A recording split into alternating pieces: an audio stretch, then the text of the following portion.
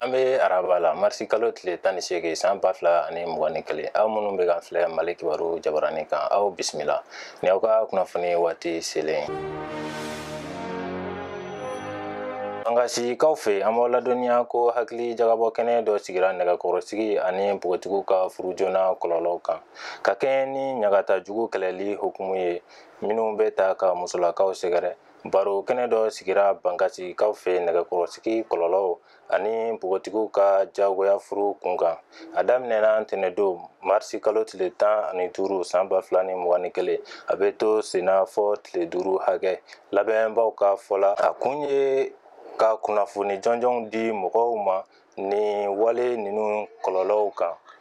a kɛnɛ sigira sen kan kɛnɛya tigilamɔgɔw ni dɛmɛbagajɛkulu Debo Alafiya ka baarakɛɲɔgɔnya kɔnɔ Bankasi ni Kani ani Lesago fo ka se Kuluko ma o kominiw ɲɛmɔgɔw b'a kɛnɛ kan.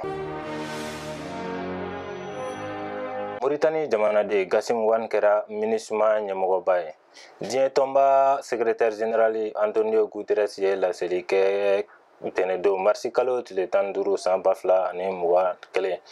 ka Moritani jamanaden El Gasim Wane bilali kofɔ MINUSMA ɲɛmɔgɔya la.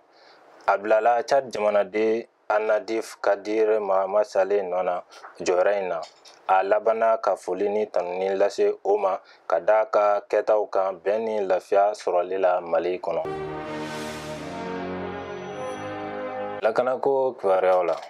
an b'aw ladɔnniya kɔ tɛnɛ tɛmɛlen Mali sɔrɔdasi dɔw binna jan kɔnɔ Lelewe ni Tise cɛ Asɔngo mara la mɔgɔ 11 olu ni tora a ko la mɔgɔ 14 joginna mɔgɔ 11 wɛrɛ olu ma ye hali bi mɔbili 3 k'olu tiɲɛ kosɛbɛ ni waleya in kɛra kojugubakɛlaw fɛ minnu tun bɛ moto ani mɔbiliw kan nka sɔrɔdasiw ka laseli sɛbɛn kɔnɔ o y'a jira ko kojugubakɛla mɔgɔ 7 tora sisi la wa ko ɲininiw bɛ senna walasa ka k'u tɔw daji.